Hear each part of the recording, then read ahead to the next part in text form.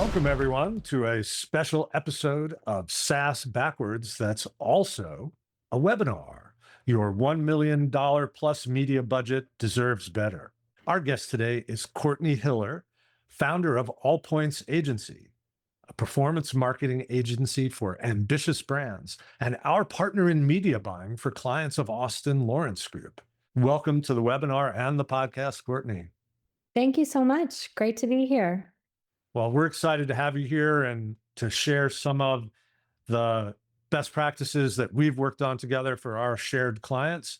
But before we get started, could you please tell our audience a little bit more about yourself and All Points? Of course. So I'm the founder of All Points. We are a performance-obsessed growth agency.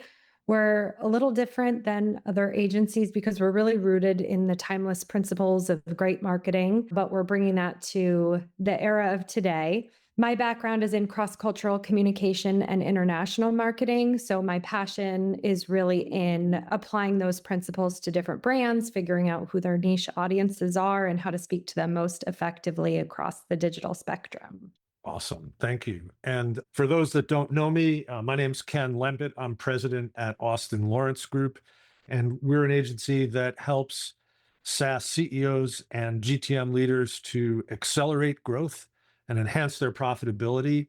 And in today's world, a lot of what we have to do has changed in the B2B space, where we had a lot of organic traffic and conversions in the past. And over the past couple of years, and accelerating dramatically recently, the organic channels have become a lot harder to convert on. So our recommendations and our agency services are much more tilted toward paid channels. And that's why we've partnered with Courtney and her amazing team at All Points. So I want to get right into our conversation. We've got a lot of ground to cover. So the first thing we want to talk about is, how do we manage media today? You know, it's not what it used to be just a few years ago. So what are the skill sets, tools, and team structures that modern SaaS marketers need to be effective? And how are changes in the platforms and buyer behavior influencing how media buying teams are built and operate? That's a big one, but It's a great question. We're always trying to redefine it. But I think that right now in 2025, as everyone's going through major transformational shifts, paid media is no exception. You really need robust cross-functional teams with really deep expertise. So in order to effectively manage media across all of these different platforms, of course, you have your basic core skills. You need to be able to plan the media, you need to have the strategy, understand what the brand needs, analytics, understand the platforms, manage budgets. But there are a lot more emerging skills that we're seeing now that are so important in media management, including understanding creative and data-driven creative and how that impacts the bottom line. Aligning with sales teams, you really have to get out of the platforms and talk to the people who are the boots on the ground, optimize for lead quality. So really understand what's happening after your role is really happening. You also need to really understand a very complex landscape with privacy and compliance and navigate a lot of that. On every platform, it's different. And then, of course, AI and automation, really maximizing all of the potential there. And then, of course, we have the soft skills that I think are really paramount for anyone who's managing media today. So we always want to find people at All Points who are curious. There's got to be a passion for really trying to understand and figure out the why. And that's what helps brands to get the best success. Being resourceful. So today, something might work great. Tomorrow, it might completely stop. Being able to really figure out how to take things apart and put them back together. I also think you need a really healthy dose of skepticism. You want to be careful it does not ever cross over into cynicism. But working with these platforms, there's always something going on behind the scenes that you need to really ask yourself, why is this happening? Is it a change of customer behavior? Is this an overall trend or shift that we really need to tap into? And lastly, really being able to understand and manage the relationships with stakeholders at all levels of the organization, because they're all looking for something different from you. So a really great team that's managing all of this for brands needs to have a very deep bench, a lot of different skill sets, and a lot of collaboration going on. That's an interesting point. And a lot of times we come to prospective clients and they're running most of $1 million in media or even more, and they've invested all that responsibility on one person. And from my experience, it's hard to find that one person that can be managing social media, paid search, and even direct purchase all in one person an in-house person. So we're talking about either building or buying the skills of a team, right? Yes, I mean, even just having someone who knows Meta inside and out and also knows Google inside and out, they are different skill sets. So even at the platform level, you tend to need different resources. But then within that, the same person who's coming up with the strategy is likely not going to be the best person to traffic the ads or to interpret the data. They all require different skill sets. So it's really good to have a mix of people who can give their best and collaborate together where everyone's really firing on all cylinders. Yeah. And so I think I want to bring this back briefly to the title of the webinar and our podcast episode, which is, if you're managing $1 million budget, I don't think you want to have two, three, or $400,000 in overhead cost in that advertising group when you can outsource that for a lot better. And I realize I'm banging my own drum here, and it's a little self-promotional, but the problem we see is that clients do try to invest all of these responsibilities in one person, maybe one and a half people if you have strategy coming from a marketing leader and a digital marketer trying to wear all these hats on the buy. So I just think that's a place where people listening here or on the podcast have to look at their organization and resources and say, hey, am I underserving my budget here by trying to have it all done by one person? Yeah, it's often hard to know what you're forsaking in terms of saving on fees or what you think you might be saving based on what you might be risking in performance. So I think that that is important to realize. Obviously, I own an agency. Will always think working with an agency is a huge value add for any brand, but of course, understand that some brands want to do it in-house. I think there's always ways to work around that and still tap into that. But when we are working with brands, there's a ton of collaboration with the in-house team. And we really think, we're there to increase capacity. We're there to bring a level of expertise and experience that really is hard to replicate in one or a small in-house team. But it really becomes an extension of their team because there's this constant feedback loop. There's, so much happening in collaboration so that they can do what they do best, we can do what we do best, and then, the ultimate results are paramount. Yeah. And I think also we should just touch on, what does the modern advertising kind of buffet look like? And we have them listed out here, but we're not on one platform, right? And we're using different platforms for different things. Yeah, I mean, you have to really come up with a media mix that is tailored to the brand and what you're trying to achieve. So I think a lot of people settle in thinking, okay, we need to be on LinkedIn, we need to be on Google, that should be enough. But we've got brands we're working with, even with, $1 million under budgets, that are on 6 different ad platforms in order to get in front of their niche audiences. So understanding all of the potential of those audiences and how to really master them to get the best results is what really drives the gap between you and your competitors. Yeah. And we're going to touch on that ahead a little bit more in detail. So I think we can move on maybe to our next topic, and we get to flip the script on this a little bit. Yeah, I wanted to really get some insights from you on how you see advertising fitting into the account-based marketing strategy, and especially looking at those enterprise SaaS companies with really long sales cycles. So what do you think that the best account-based marketing advertising programs really do differently? Yeah, I mean, this is something that I think is really important.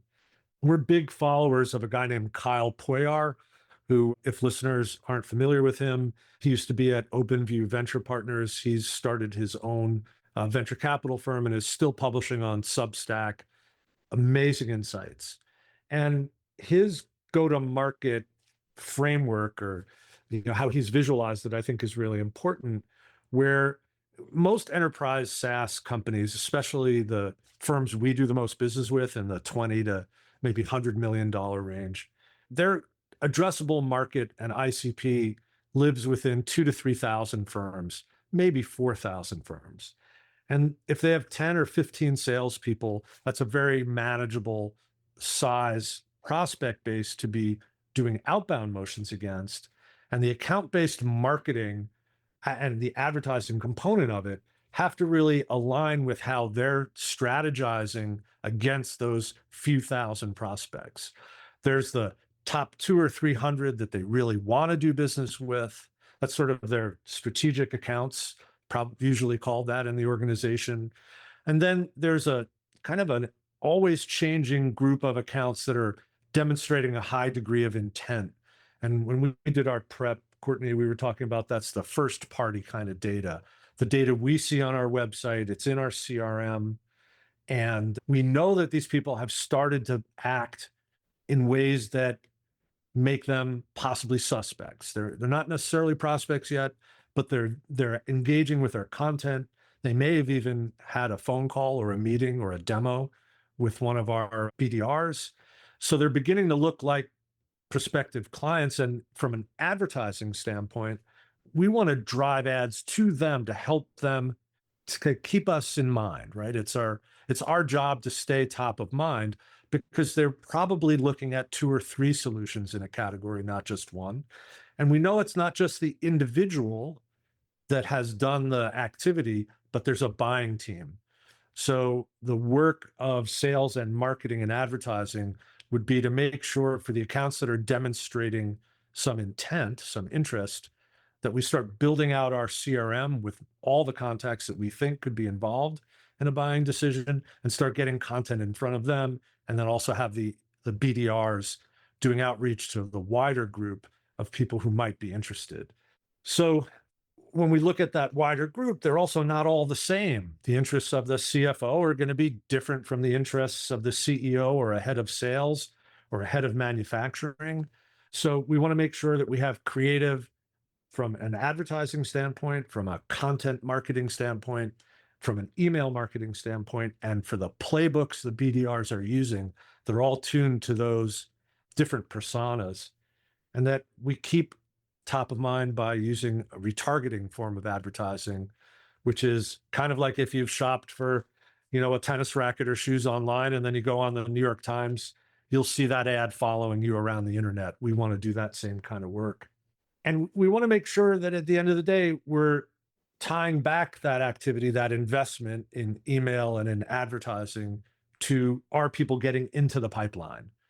And if they're not, we have to try and suss out what did we miss? What didn't we do to get people moving forward? And also report our successes as people do move further through a buying process into pipeline. It's incumbent on the marketing and sales leadership to collaboratively report that success, build the success together and then report it so that people know that what we're doing is working. Yeah, absolutely. I think that speaks so much to the nuance that's needed in the content strategy that gets activated across all paid and owned channels, and making sure that it really speaks to every individual stakeholder in a way that is going to be most appealing to them. Yeah, and I think this reporting and attribution thing really tough, but I think if we go back to this guy Kyle Poyar, and I really suggest everybody subscribe to his Substack. His last name is Poyar. There are all these behaviors that you can see people exhibit that say they are engaged with you. Do they know about us? Do they engage with our content? Do they engage with our salespeople? Are we having meaningful conversations with them? Are they getting into our pipeline as a result? and your CRM, if it's not helping you do that reporting, might be a good time to look at your marketing infrastructure, if you're having trouble doing that kind of reporting. Yeah, absolutely. So I think it's time to talk channels. And you gave a hint of this, but for B2B SaaS marketers, what should they be thinking about the roles of LinkedIn, Meta, Reddit, TikTok, and direct ad placements? Where do these channels shine? What are the things we need to be careful of? And I want to highlight Reddit as you get to it, because I think it's underplayed. So let's dig in. Yeah, I think conceptually, from a high level, you have to think about two things. Where are my customers, and how can I reach them most efficiently using the right mix? So, you obviously have LinkedIn. It gives you great targeting by job title, job function, by company. You can get in front of the exact decision makers, but it's expensive. Most brands can't justify paying, anywhere from $3 to $10 CPCs, depending on the brand, all day. So you've got to look beyond that to other channels when it comes to actually creating the demand.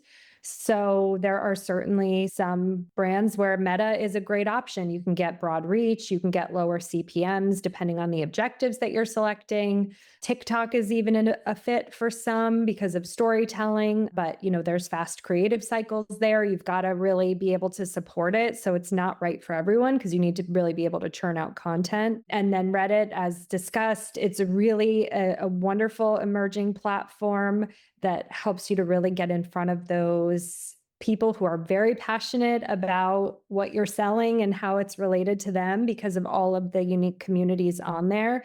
And you can really get an incremental audience there because there's a lot of people on Reddit who are not active on other channels. And so you're getting some incrementality there. Yeah, this is one of those kind of unexpected things when I first came across the research on Reddit. It's truly what they call an unduplicated audience, which means that they aren't elsewhere, oddly, but they're very passionate and they are online participants. And we've found some good success in our work for clients on Reddit.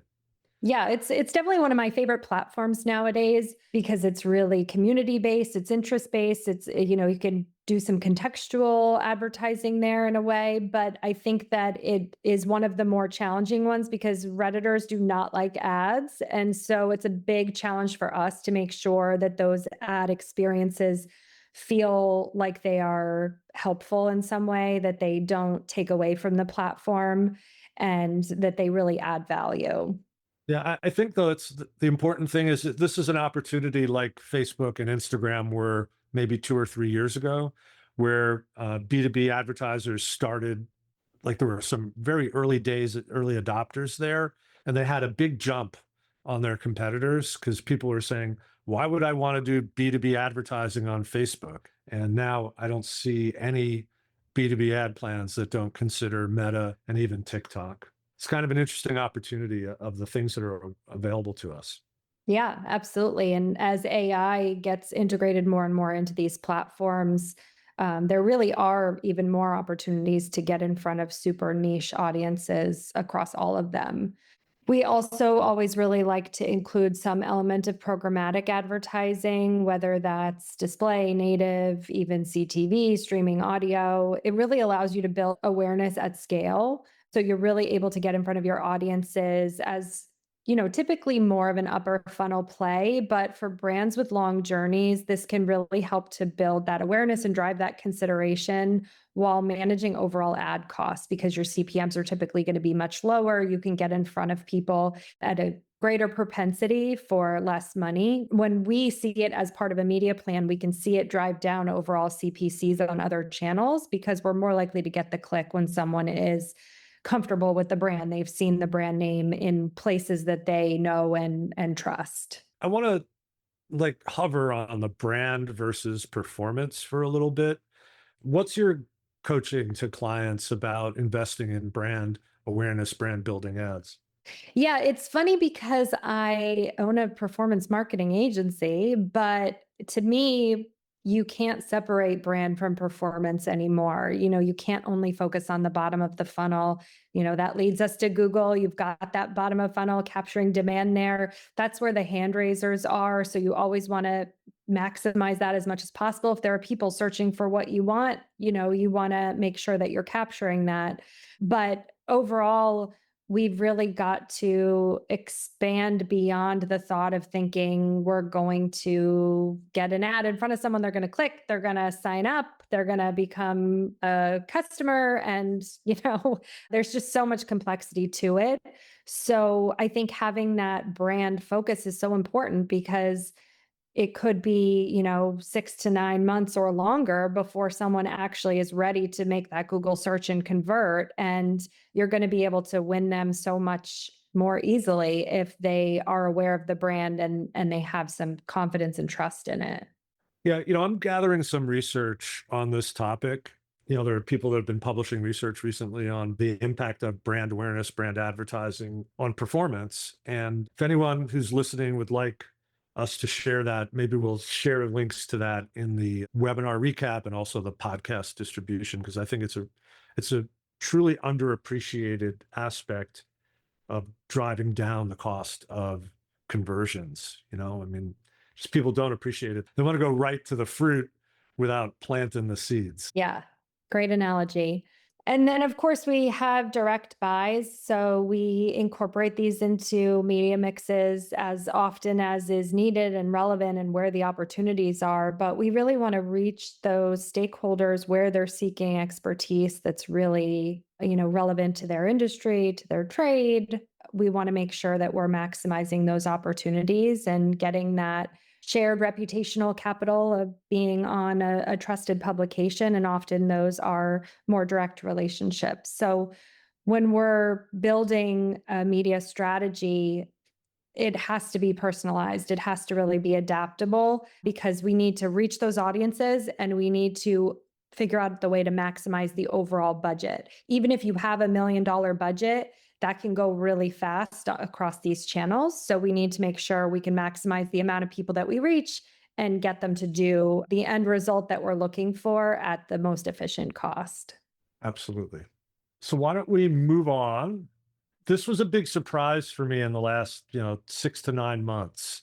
There's this constant pressure to develop more creative faster. And I didn't appreciate the reason for it. And actually, when we first started having these conversations, I almost felt like some internal resistance. Like, what? I have this great ad. Why should I have to create 15, 20, 30 variations of my creative for a platform? So what's changing on these platforms? Yeah, unfortunately, gone are the days where you could really have one or a few ads that you could run for months and that they would drive performance. The platforms are really hungry now. These algorithms want to be fed more and more creative. I think it's an effect of TikTok really changed the game. And now Meta's hinted, they might want to cut out the middleman. They want to have people just kind of sign up for their service and put in your credit card and tell us what you want and we'll get your ads in front of the right people. So it kind of makes sense. They're almost making the creative so unmanageable at this point that you might have no choice but to do that. I think that might be part of their plan, but that's me kind of maybe crossing over my healthy skepticism into cynicism. So I have to pull myself back a little. But I do think that we have shorter ad lifespans now. You have to iterate, but that does not mean reinventing the wheel every time. If you need 10 ads instead of 3, they don't all have to be completely unique. They can be different cuts of, other previous ads that you are running. They can be a different hook, a different lead in, a different angle. So there are definitely ways to make it manageable. It's just that it's dovetailed needing creative volume and also short form video. So you can end up having a lot of money in production costs and creator costs and all of that. So you really need to have these collaborative teams who can figure out how do we get the right creative in market, measure the rate of fatigue for an ad, and make sure that you're not wasting any dollars on things that are kind of running out of steam in the market. I think we also discussed that having multiple creative units allows us more opportunity to get impressions, right? So we're able to more quickly get the impressions we would need to achieve our objectives. So there's different formats, there's different placements, and there might be more inventory available for static images when most people are running videos. You may be able to get some extra real estate when there's less competition for a certain placement or, a certain type of ad format. So we've had periods of time where static images were just not working, and then we added them back in, and they do really well for some brands with, infographics and really strong visuals. Sometimes carousels work great, sometimes they don't. So every single strategy has to figure out what works and what's the best way to package that information for that user on that platform at that time and make it work. Yeah. And if people are wondering, like, how do I create 30, 40, 50, 60 ads a month? You have to start looking to AI enabled tools to help you spool up those variations. Especially again, if you're running a million or less in media, you don't want to have a full time art director just sitting at his or her computer spooling up variations of the solid creative. So you've got to be looking at platforms to help you do that. Absolutely. So I want to kind of shift gears because people are always focused on metrics. So what should CMOs and growth leaders actually track when they're running paid media? How do we approach attribution and justify the investment in advertising? I think that click through rate is one of those cues that a lot of brands focus on, but it's really distracting for most.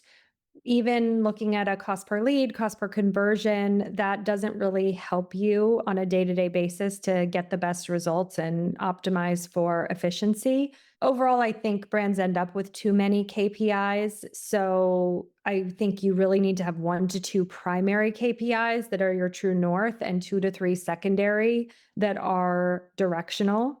And we have to think about what's happening down funnel. So I know this is something we've talked about a lot because we need to make sure that, yes, we're getting the leads at a great cost, but we need to understand what that means in terms of the lead quality. And I guess I'm concerned with things that aren't as easy to measure. And I keep trying to push our team in a couple of directions. One is this like influence over the velocity in the pipeline. And we have this thing we call meaningful conversations where we want to have our salespeople engage in conversations that they believe are driving prospects closer to pipeline. Is there a way for us to measure that, or is that stuff that we're going to have to ask salespeople to help us identify? That's where that radical collaboration really comes in. We do need that feedback loop where we're getting the information on how these people are behaving down funnel, getting different tracking parameters on every single audience, every single campaign to make sure that they are turning into quality leads and then optimizing against what's happening 10 steps after they've touched a campaign. So it does require that from the very first moment we serve an ad, we want to follow that user to the site. We want to look at what they're doing when they get there. We track everything. We look in Google Analytics or whatever analytics platform the brand is using. What are they doing in terms of engagement? How much time are they spending on the site? What are their rates of doing the key events, whether that's a lead form or seeking out more information, clicking on different buttons? So those are all things that are cues to us that we have an interested audience. They should perform well downstream, but we need to then figure out what are all those systems of checks and balances on that path to the actual, lead turning into a sale that can help us to optimize. So a lot of that also means we need the offline data. We need the first party data coming back into the platforms. And that's not just hook up your CRM list and then you know who the customers are. It's creating unique niche segments in your CRM that you can then map to campaigns and be able to really understand, how do I find more people who are going to behave like my best customers?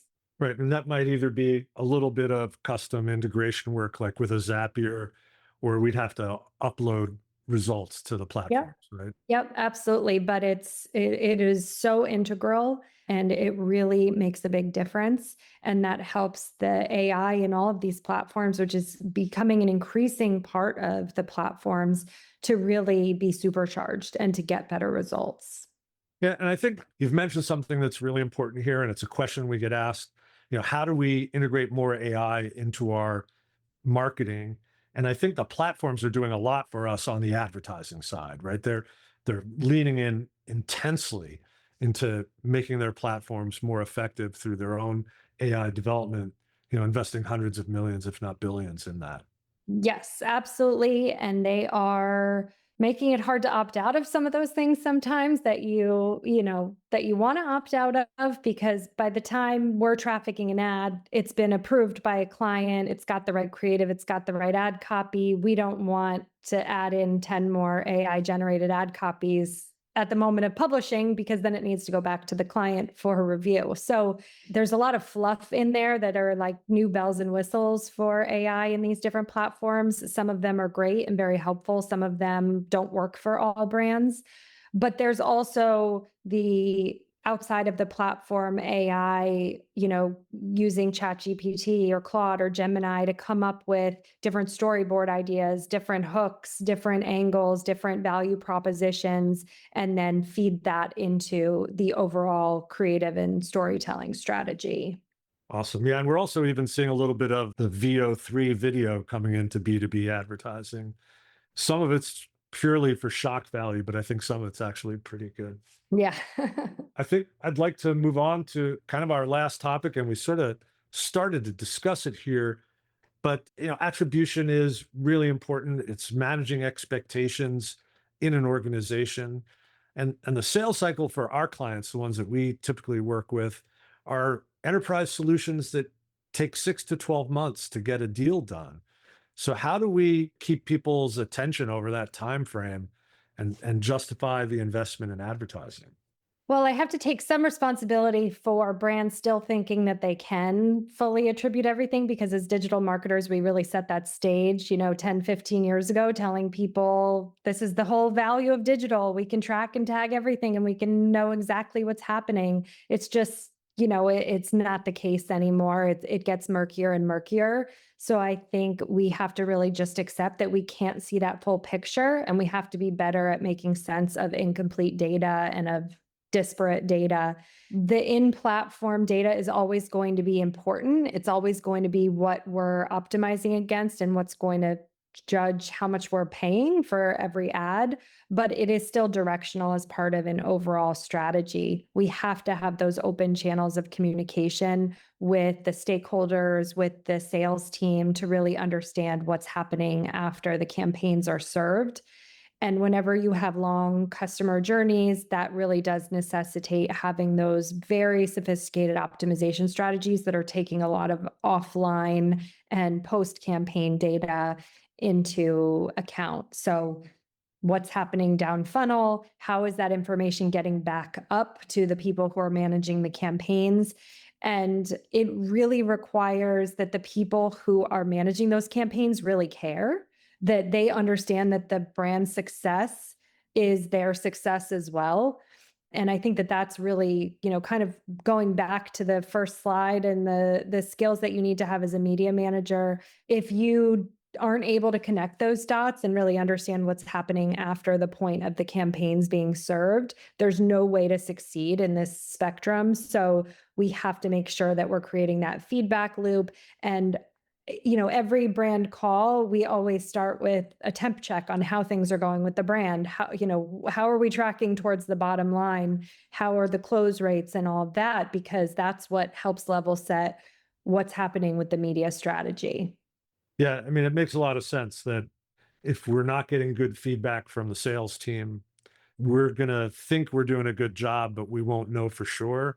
And that gets us back to kind of the old world of sales and marketing really not feeling like they're in alignment. And there's really no good way to do that other than having the conversations scheduled regularly and to dig into each major opportunity and source where it came from. How did these people find out about us? How did we broaden the footprint that the client has in those accounts. That's that ABM part of the play.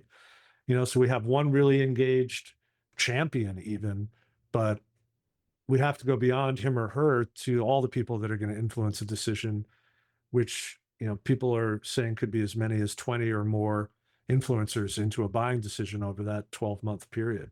I think this is a really great place to land our webinar and podcast episode. So, Courtney, if people want to reach you as a first point of contact, how can they get a hold of you? Sure. So my email is Courtney, Courtney, at allpoints.agency.